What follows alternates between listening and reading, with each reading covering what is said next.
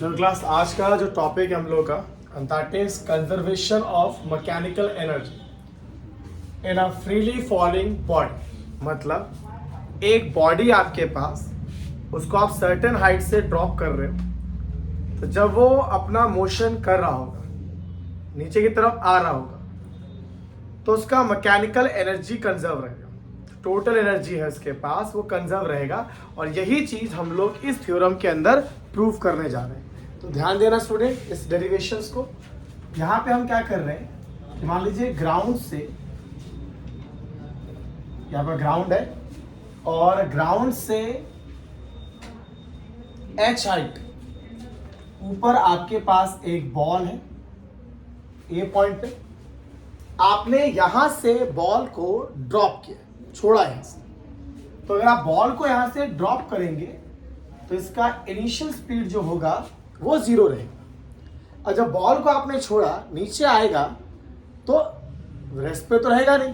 Normally अगर आप किसी ऑब्जेक्ट को सर्टेन हाइट से फ्री फॉल करने के लिए छोड़ते हैं तो ऐसा तो है नहीं कि रुका रहेगा, उसका लगातार क्या बढ़ता रहेगा, स्पीड बढ़ता रहेगा। तो जब ये यहां से नीचे आ रहा होगा तो लगातार इसका स्पीड बढ़ रहा होगा, मतलब काइनेटिक एनर्जी को गेन कर रहा होगा। तो वही हम यहाँ देखेंगे कि जब यहाँ से ग्राउंड तक आया होगा तो कितना एनर्जी में चेंज आया होगा या नहीं आया होगा, दोनों चीजें। तो बच्चों पहला मैंने केस लिया कि ऑब्जेक्ट को बिल्कुल मैक्सिमम हाइट पे रखा है। दूसरा एक केस लिया जहां पे मैंने इस ऑब्जेक्ट को माना है कि ये एक्स हाइट नीचे आ चुका है। और एक केस लिया है मैंने जहां पे बॉल ग्राउंड को जस्ट टच करने वाला है। ठीक है, तो 3 केस है मेरे पास। ये अगर x डिस्प्लेसमेंट यहां से यहां तक का है और टोटल h है तो ये हो जाएगा आपका h माइनस x। ठीक है, तो इन तीनों जगह पर अब हम चेक करने जा रहे हैं कि बॉल का जो टोटल एनर्जी है वो क्या रहेगा, चेंज होगा या नहीं होगा। तो पहले हम लोग a पॉइंट पे बात करते हैं। एट पॉइंट a, जैसा कि आप देख रहे हैं कि पॉइंट ए पे बॉडी रेस्ट में है, बिल्कुल मूव ही नहीं है। पॉइंट ए पे जो बॉडी है वो रेस्ट में है। तो ऑब्वियस सी बात है कि इस जगह पे जो इसका काइनेटिक एनर्जी है वो क्या होगा, 0। तो काइनेटिक का फॉर्मूला होता है हाफ mv², और यहाँ पे बॉडी रेस्ट में। अगर हम यहाँ पे इसी पॉइंट पे पोटेंशियल एनर्जी को निकालते हैं, इसका फॉर्मूला होता है mgh, जहाँ पे h होता है ग्राउंड से कितना हाइट है। तो आप देख पा रहे होंगे कि इस ऑब्जेक्ट को ग्राउंड से अगर हाइट देखा जाए तो h हाइट पर है, तो इसके पास पोटेंशियल जो रहेगा mg, height from the ground वो h। तो मैकेनिकल एनर्जी अगर हम निकालते हैं which is the sum of kinetic plus potential, we got mgh। मतलब इस पॉइंट पे बॉडी के पास सारा एनर्जी अपने पोटेंशियल एनर्जी के बराबर है। यहाँ काइनेटिक एनर्जी क्या है, 0 है। अब आपने बॉल को यहां से छोड़ा, वो पहुंच गया एट पॉइंट बी पर। बच्चों जब वो बी पॉइंट पे आ गया होगा तो कॉमन सेंस है कि वो रेस्ट में तो है नहीं, या कुछ ना कुछ वेलोसिटी उसने गेन किया है। तो वो वेलोसिटी पहले हम लोग निकाल रहे हैं। तो we have formula v² minus u² is equal to 2s। u हो गया आपका 0, इनिशियली वो रेस्ट पे था क्योंकि, इज इक्वल टू 2।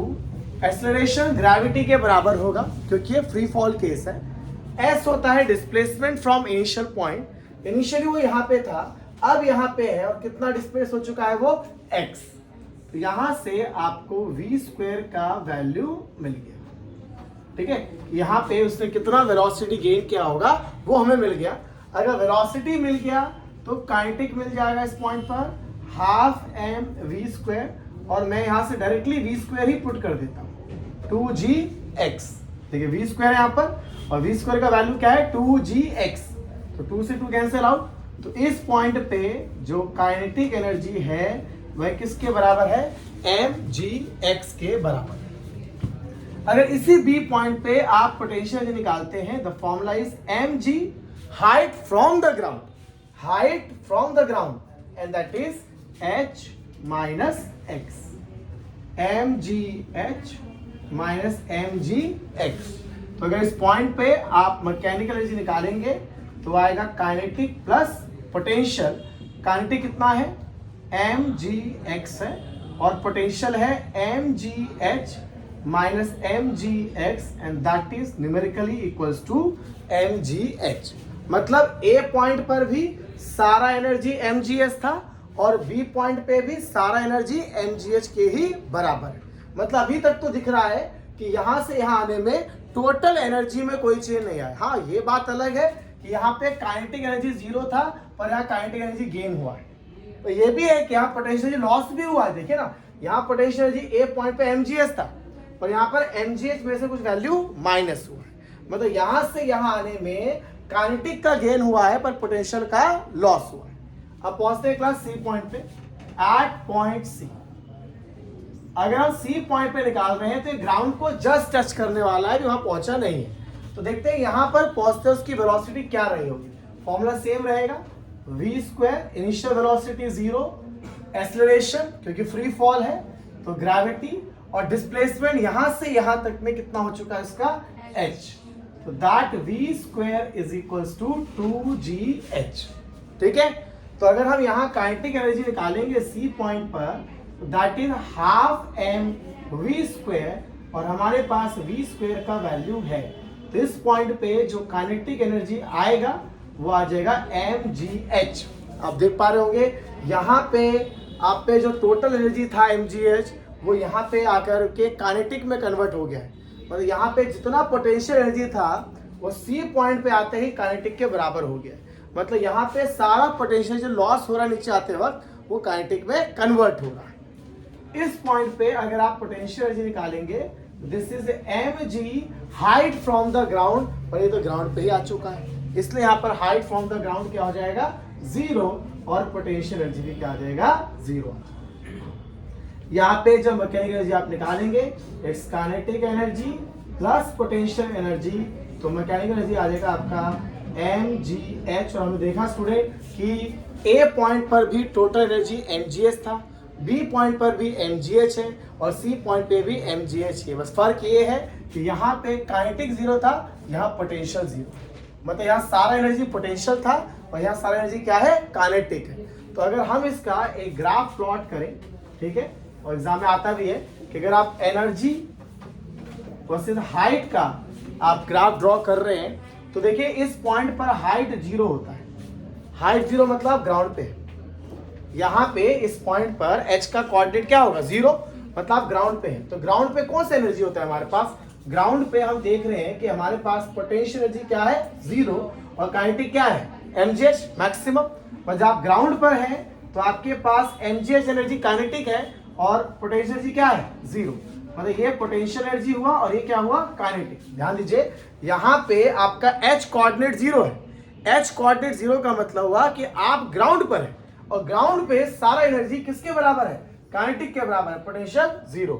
अब आप इस कोऑर्डिनेट को आगे बढ़ा रहे हैं, आगे बढ़ने का मतलब ऊपर जा रहे हैं। जब ऊपर जा रहे हैं तो आप देख रहे हैं कि जैसे आप सबसे मैक्सिमम पॉइंट पे पहुंच रहे हैं तो काइनेटिक 0 हो रहा है।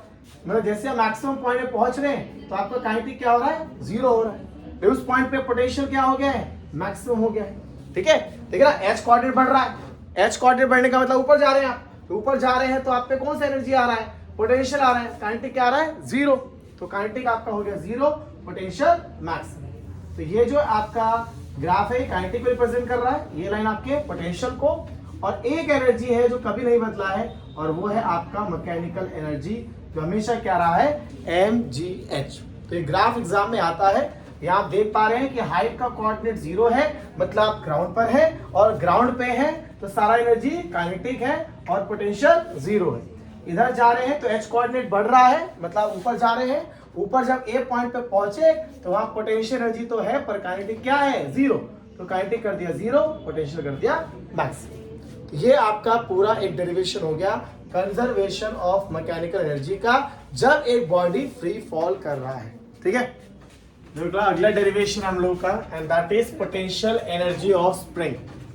कि स्प्रिंग के पास पोटेंशियल एनर्जी कितना होता है पहले समझते हैं क्लास की स्प्रिंग के अंदर ये पोटेंशियल एनर्जी आता कैसे। यहां देखो क्लास, जैसे मान लो मेरे पास एक हॉरिजॉन्टल सरफेस पे ये स्प्रिंग है और साथ में एक ब्लॉक अटैच है, लेकिन अभी आपने इस ब्लॉक को स्ट्रेच नहीं किया है, ना इसको कंप्रेस किया है, अनडिस्टर्ब, इसको आपने बिल्कुल डिस्टर्ब नहीं किया हुआ है, आपका एज इट इज ये पड़ा हुआ है। तो क्या होगा स्टूडेंट, इसके पास अभी किसी भी तरीके का एनर्जी नहीं होगा। स्प्रिंग के पास जो पोटेंशियल एनर्जी आता है वो या तो उसके एक्सपैंड होने से आता है, तो खींचोगे तब आएगा, या उसको कंप्रेस करोगे तब आएगा, या तो एक्सपेंशन या तो कंप्रेशन, तभी इसके अंदर पोटेंशियल एनर्जी आता है। और मान लो मैं इसको हल्का से यहां से एक्सपैंड कर रहा हूं, जो पोजीशन है उस पोजीशन से इसको मैं थोड़ा आगे की तरफ एक्सटेंड कर रहा हूं, तो हमने जो इसके अंदर एक्सटेंशन किया है वो हमने x1 किया। तो अकॉर्डिंग टू हुक्स लॉ, हमारे पास एक लॉ होता है बेटा, हुक्स लॉ। हुक्स लॉ कहता है कि अगर आप किसी भी ऑब्जेक्ट को एक्सपैंड करें, जैसे आप एक्सपैंड कर रहे हैं, तो आप एक चीज यहां पे ऑब्जर्व करेंगे कि जब आप स्प्रिंग को आगे की तरफ खींचते हैं तो स्प्रिंग अपने अंदर एक फोर्स जनरेट करता है, जिस फोर्स को हम कहते हैं रीस्टोरिंग फोर्स। क्या कहते हैं इसको? Restoring force. और ये रीस्टोरिंग का नाम इसलिए है क्योंकि ये चाहता है कि ये बॉडी वापस जगह पर आ जाए। तो रीस्टोरिंग फोर्स तब जनरेट होगा स्प्रिंग के अंदर जब आप स्प्रिंग को या तो खींच रहे हैं, मतलब एक्सपैंड कर रहे हैं, या उसको कंप्रेस कर रहे हैं। इन दोनों सिचुएशन में आप देखेंगे कि उसके अंदर क्या आता है, रीस्टोरिंग फोर्स आता है। तो हुक्स लॉ क्या कहता है? हुक्स लॉ कहता है कि जितना आप इसे खींचेंगे, जितना आप इसको आगे एक्सपेंड करेंगे, उतना ज्यादा इसके अंदर रीस्टोरिंग फोर्स आएगा। मतलब इस स्प्रिंग के अंदर जो रीस्टोर करने की पावर है वो डायरेक्टली डिपेंड करेगा कि कितना आपने डिस्प्लेसमेंट किया है। जितना ज्यादा आप इसे डिस्प्लेस करेंगे उतना ज्यादा इसके अंदर रीस्टोरिंग फोर्स आएगा। होता भी है क्लास, आप स्प्रिंग को अगर ज्यादा स्ट्रेच करते हैं तो आप उसको छोड़ेंगे तो तेजी से वो आगे भी आता है। इसका मतलब जो रीस्टोरिंग फोर्स है वो डिपेंड करता है किस चीज के ऊपर, वो डिपेंड करता है कितना उसको एक्सपैंड कर रहे हैं या उसको कंप्रेस कर रहे हैं। जैसे आप इस प्रोपोर्शनल को यहां से हटाएंगे तो एक कांस्टेंट यहां पे आएगा जिसको स्प्रिंग कांस्टेंट कहा जाता है, और ये स्प्रिंग पे डिपेंड करता है। हर स्प्रिंग का अपना अलग अलग होता है। यहाँ माइनस साइन आया है जो एग्जाम में कई बार पूछा जाता है कि माइनस साइन क्या इंडिकेट करता है। ये माइनस साइन ये इंडिकेट कर रहा है बच्चों कि ये जो फोर्स है और ये जो डिस्प्लेसमेंट है वो हमेशा एक दूसरे के ऑपोजिट होता है। जब आपने इसको आगे डिस्प्लेस किया है, रीस्टोरिंग फोर्स पीछे आया है। अगर आप इसको कंप्रेस करते तो ये इधर आता। तो याद रखना बच्चों, जो आपका डिस्प्लेसमेंट है, जितना उसको स्ट्रेच कर रहे हैं, और जो उसके अंदर रीस्टोरिंग फोर्स आ रहा है वो एक दूसरे के क्या होता है, ऑपोजिट होता है। तो माइनस साइन ये बता रहा है कि फोर्स और x are in opposite direction. ठीक है, दोनों का जो डायरेक्शन है वो क्या है, ऑपोजिट है। अब स्टूडेंट ये तो हो गया इसका थोड़ा थ्योरेटिकल पार्ट कि रीस्टोरिंग फोर्स क्या होता है, हुक्स लॉ क्या होता है। और हमारा टॉपिक है पोटेंशियल एनर्जी, कि इसके अंदर कितना एनर्जी स्टोर हुआ होगा। तो अब मैं क्या कर रहा हूं बच्चों कि मुझे पता है कि मैंने ब्लॉक को यहां खींचा हुआ है, ब्लॉक पे अगर खींच दिया है तो इसके पास एक रीस्टोरिंग फोर्स लग रहा है, लगातार लग रहा है, माइनस की एक्स इधर। ठीक है, अब मैं क्या कर रहा हूं, जो मेरे पास ब्लॉक है, ध्यान दीजिएगा, जो मेरे पास ब्लॉक है उसको मैं जितना मैंने इसको स्ट्रेच कर रखा था, ठीक है, उससे हल्का सा, जैसे मान लो यहां पर है, अब यहां पे ब्लॉक है, अब मैंने क्या किया, इसको यहां तक ये हल्का सा dx डिस्प्लेसमेंट कर दिया, आगे लेके dx, मतलब कैलकुलस मेथड आ गया। मतलब जहां भी dx आ जाए ना, समझ जाओ कैलकुलस मेथड अप्लाई करने वाले। मैं इसको हल्का सा और स्ट्रेच किया तो मुझे वर्क करना पड़ा होगा। तो amount of work done that is equals to force displacement और कॉस थीटा। ठीक है, तो जो वर्क डन होगा that is equals to force हो गया माइनस की एक्स, इधर वाला फोर्स है रिस्टोरिंग फोर्स, डिस्प्लेसमेंट कितना है dx, और एंगल, एंगल देखिए बच्चों, फोर्स इधर लग रहा है, डिस्प्लेसमेंट इधर है, तो एंगल क्या हो गया 180। तो cos 180 -1, ये आ गया आपका kx dx। ठीक है, जो आपने इसको आगे की तरफ स्ट्रेच किया तो फोर्स पीछे आया, रिस्टोरिंग फोर्स। अब आपको और हल्का डिस्प्लेस करना पड़ रहा है तो आपको वर्क करना पड़ेगा, and the work is force displacement cos theta. बच्चों ये दोनों साइड डी है तो हम लोग यहाँ पे इंटीग्रेशन का कॉन्सेप्ट लगाएंगे। यहाँ तो dx के साथ x है तो बहुत आसान है, आप यहाँ इंटीग्रेट कीजिए। एग्जाम में कई बार जब न्यूमेरिकल आता है तो ऐसा क्वेश्चन पूछा जाता है कि इस बॉडी को मैं 2 मीटर से 4 मीटर तक एक्सपेंड कर रहा हूँ, कितना वर्क करना पड़ेगा? तो 2 से लेकर के 4 आपको इसको इंटीग्रेट कर देना, आंसर आ जाएगा। ठीक है, बाकी क्योंकि हम डेरिवेशन कर रहे हैं तो यहाँ x की पावर 1 है बच्चों, इसका इंटीग्रेशन आ जाएगा w, और x की पावर 1 का आ जाएगा x स्क्वायर बाय 2। यहाँ से आपके पास जो पोटेंशियल एनर्जी ऑफ स्प्रिंग है वो आपके सामने डराइव हो गया, एंड दैट इज हाफ के x। ठीक है, आप इसको लेकर के एक बहुत ही इंपॉर्टेंट ग्राफ है जो एग्जाम में बहुत ज्यादा पूछा जाता है, उस ग्राफ को ध्यान से समझिएगा। बच्चों एक चीज देखो, मेरे पास ये जो ब्लॉक था, ठीक है, मैं वापस यहाँ बना रहा हूँ स्प्रिंग के साथ, ये आपका ब्लॉक है और अभी हमने इसको मीन पोजीशन पे रखा है।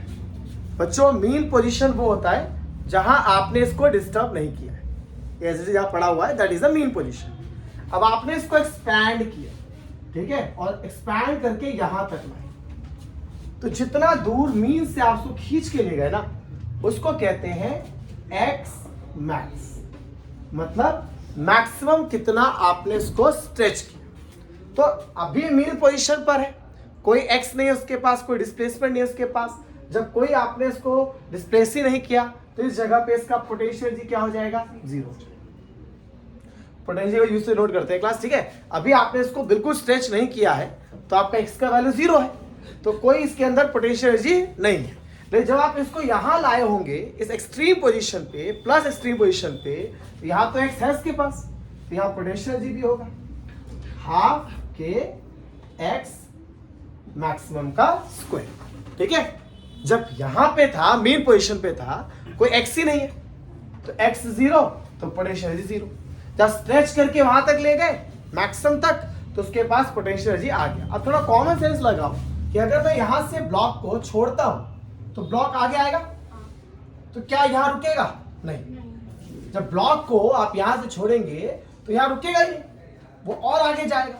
और अगर ये सरफेस फ्रिक्शनलेस है या किसी तरीके का फ्रिक्शन नहीं है तो जब ब्लॉक को यहां से छोड़ोगे तो यहां रुकेगा नहीं, वो आगे चला जाएगा। और बच्चों फ्रिक्शनलेस नहीं है तो ये बिल्कुल उतना ही पीछे आएगा जितना कि वो आगे गया था।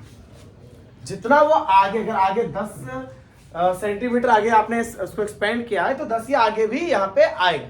तो यहाँ भी इसके पास क्या आ जाएगा? Potential energy, and this is half के एक्स मैक्सिमम का स्क्वायर। और ध्यान सुनिएगा, मैंने क्या किया, पहले ब्लॉक कहाँ था? मीन पोजीशन पे। मीन पोजीशन में कोई डिस्प्लेसमेंट नहीं है, x 0 है तो पोटेंशियल एनर्जी 0 है। आपने इसको स्ट्रेच किया, यहां लेके आए बच्चों तो पोटेंशियल एनर्जी आएगा उसके पास। अब आप कॉमन सेंस लगाइए, जब आपने इसको यहां रखा हुआ तो आपके हाथ में आपने इसको होल्ड किया हुआ, इसमें कोई एनर्जी काइनेटिक नहीं है। जैसे छोड़ा मोशन में आ गया, यहां पर जैसे छोड़ा ये मोशन में आ गया, रुका ही नहीं। तो मतलब यहां पे छोड़ने के बाद कौन सा एनर्जी आ रहा है? काइनेटिक आ रहा है। यहां तक कौन सा एनर्जी इसके पास? पोटेंशियल।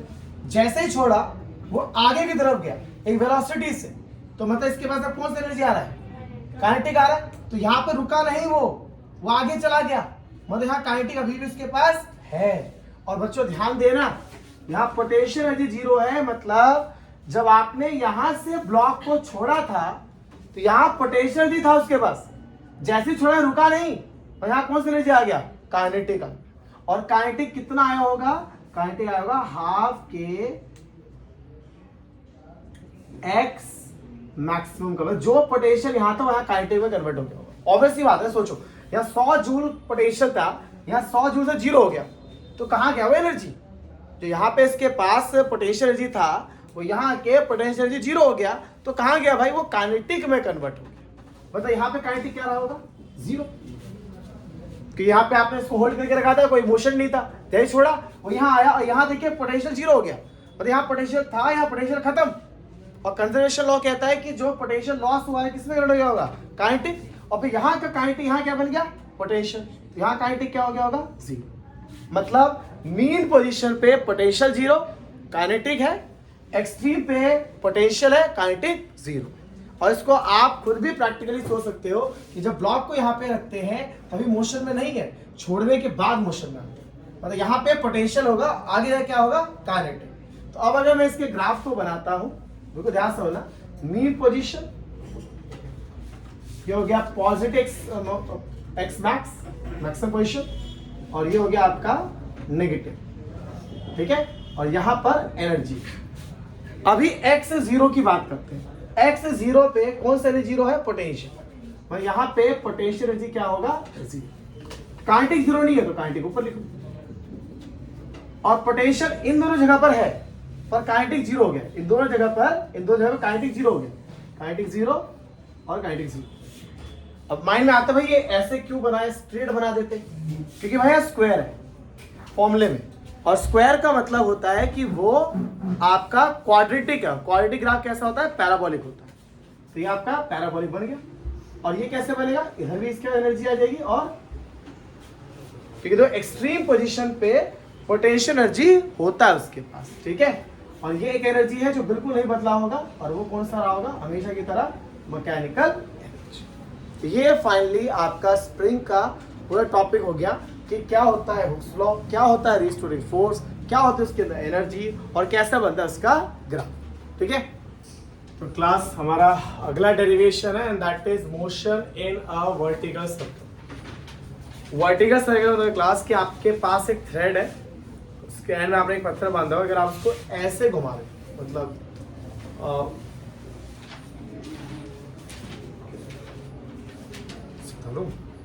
ऐसे है क्लास में वर्टिकल मोशन में, ऐसे जा रहा है ना, ये वर्टिकल है, और एक होता है ये ऐसे, मतलब स्केल पे मैं ऐसे घुमा रहा हूँ ना, ऐसे हॉरिजॉन्टल हो, ठीक है।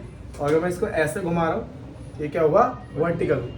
तो यहाँ पे हम लोग वर्टिकल मोशन कर रहे हैं। तो मान लो, ध्यान देना बिल्कुल, ये आपका वर्टिकल सर्कल है, और आपके पास एक ऑब्जेक्ट है यहाँ पे जो सेंटर से जुड़ा हुआ है। इस वर्टिकल सर्कल का जो रेडियस है वो r है। डाउनवर्ड इस ऑब्जेक्ट का क्या लगेगा, वेट लगेगा। अब क्या हुआ कि जब आपका वर्टिकल सर्कल स्टार्ट हुआ, जैसे मान लो यहाँ पे, तो वर्टिकल सर्कल मोशन है, तो ये ऐसे जाएगा आगे, पूरा घूमेगा।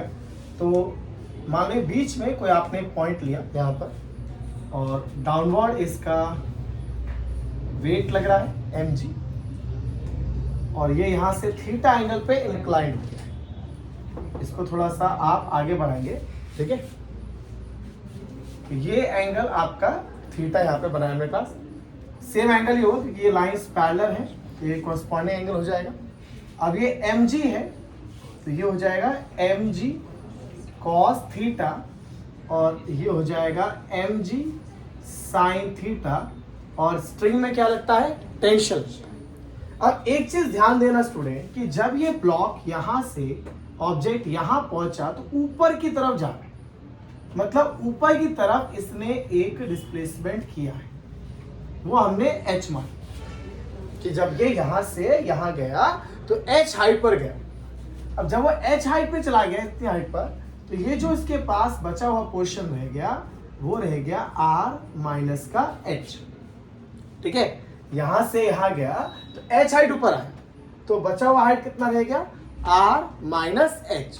अब इस जगह पर क्योंकि ये सर्कुलर मोशन में है, तो सेंट्रीपिटल फोर्स लग रहा होगा।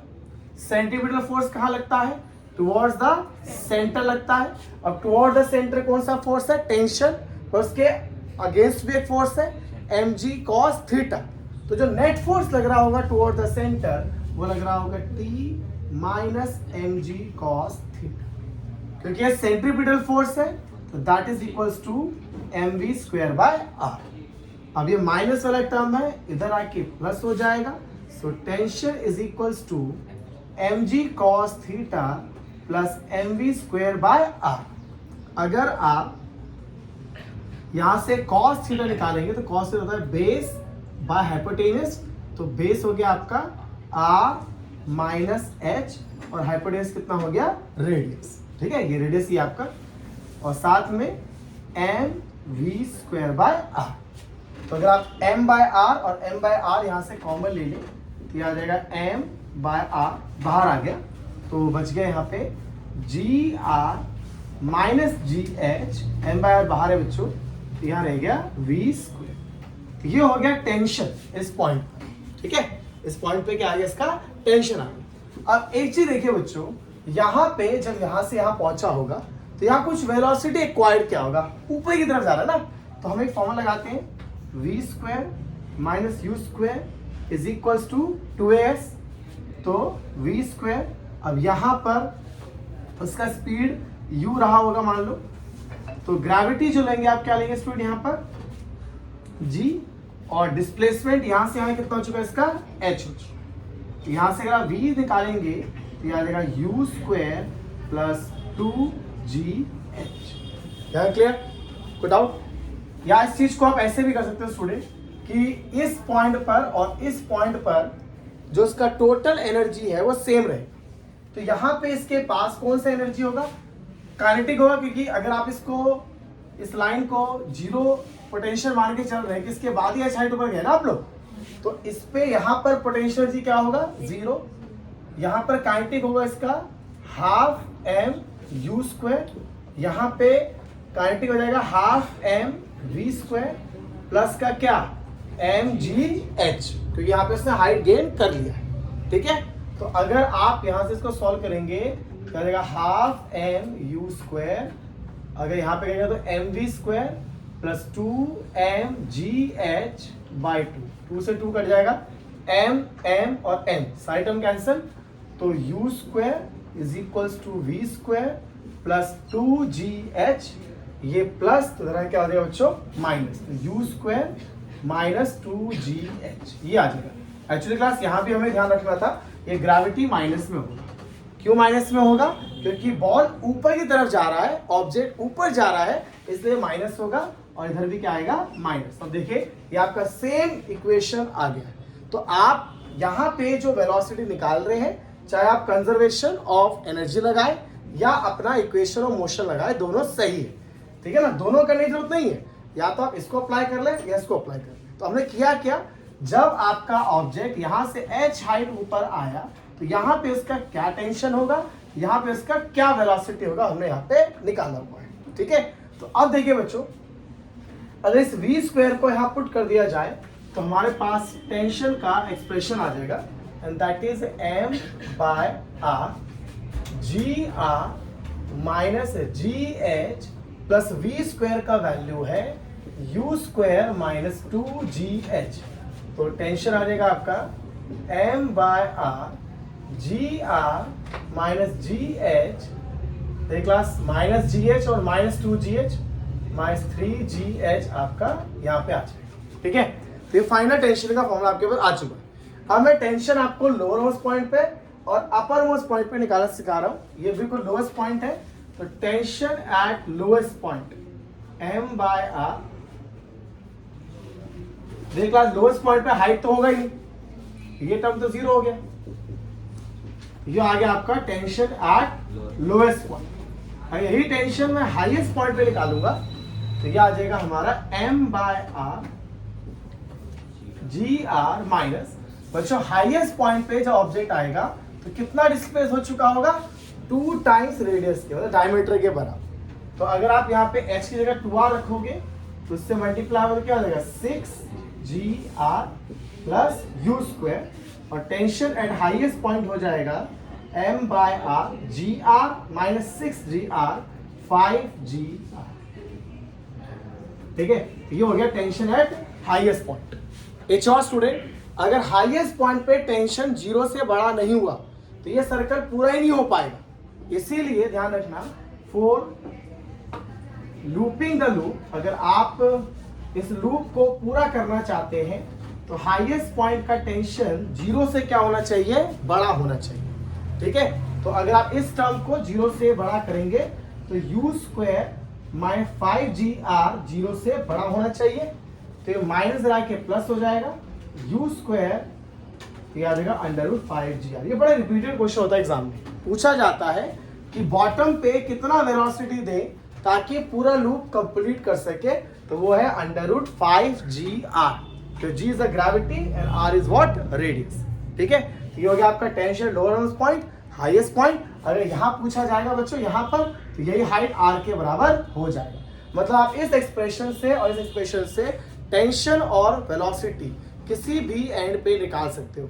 जैसे मान लो इस एंड का वेलोसिटी आएगा, भाई यहाँ वेलोसिटी कितना होगा, तो आप इस फॉर्मूले को लगाओ डायरेक्ट, ठीक है ना, इस फॉर्मूले लगाओ।